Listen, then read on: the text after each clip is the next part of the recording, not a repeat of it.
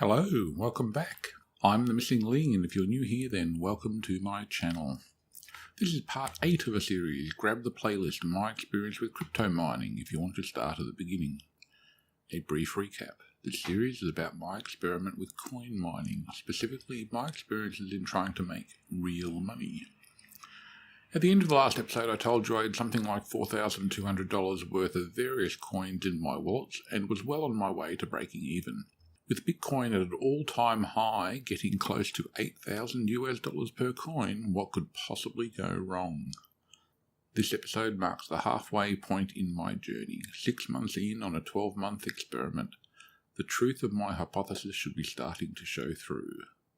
What could possibly go wrong, I asked? Simple stupidity, that's what. In this episode, I will discuss what I did wrong and maybe even think about how to recover. Oh, the joys of 2020 hindsight. If only I had it in advance. Allow me to start with a confession. At the end of the last episode, the financial position I showed contained a little white lie. That lie was a missing transaction.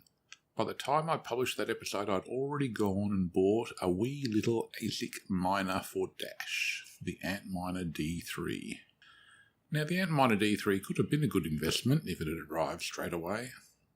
As it was, that Antminer D3 I bought on the 26th of August 2017 for the reasonable price of $1,450 didn't arrive until the first week of December.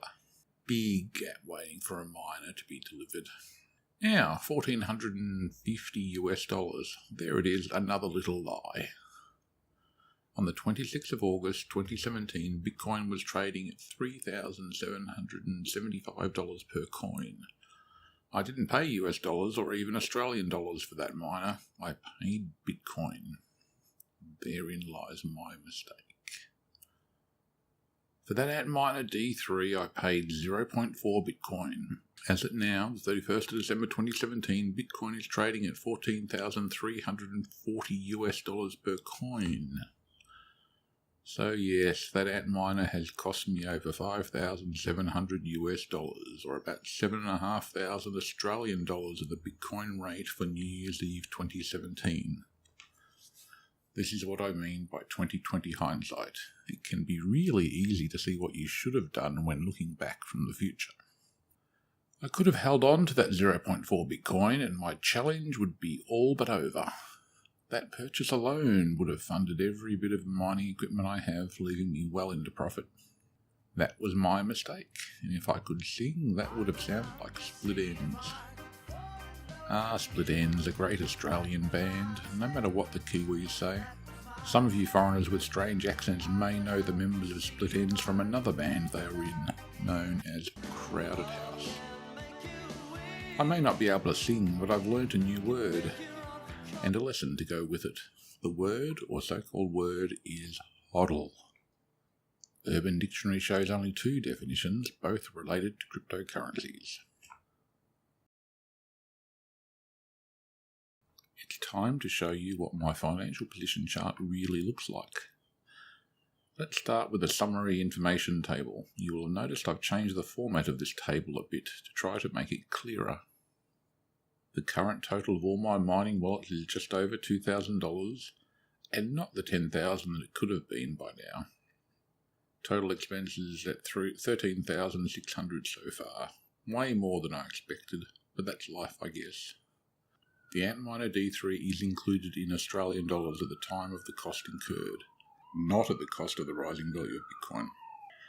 Power cost to the 1st of July 2017 is running at nearly $1,500 Australian.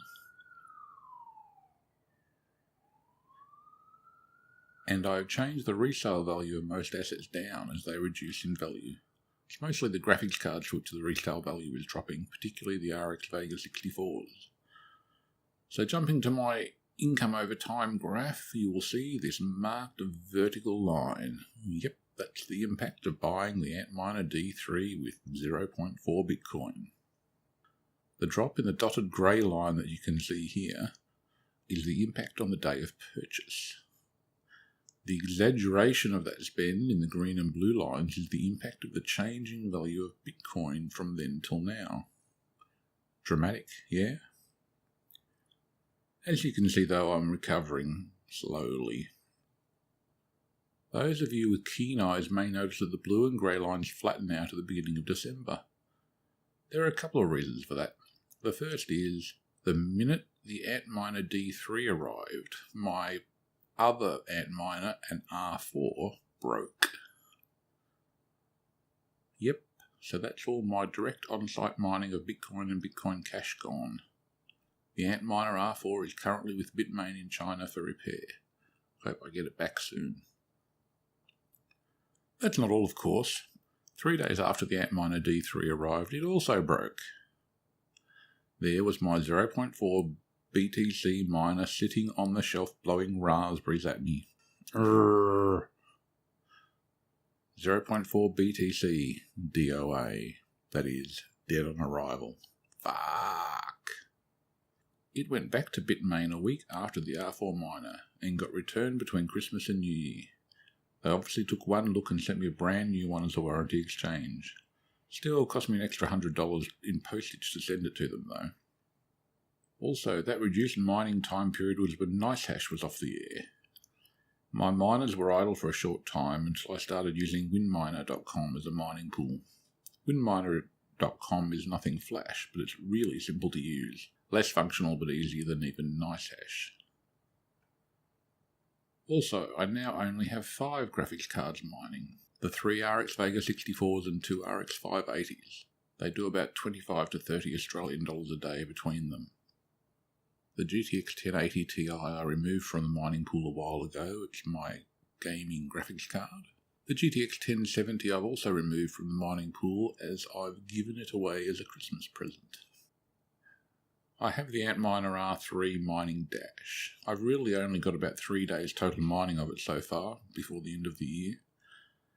And at this point it seems to be doing about 15 Australian dollars a day. In short, it will never pay for itself. Unless, of course, the price of Dash goes to the moon. The other problem I've not mentioned so far with the D3 miner is the noise. It's a lot noisier than the Antminer R4, which is designed to be used in a home. It's also a lot noisier than a normal graphics card setup. The D3 really needs to live in a shed.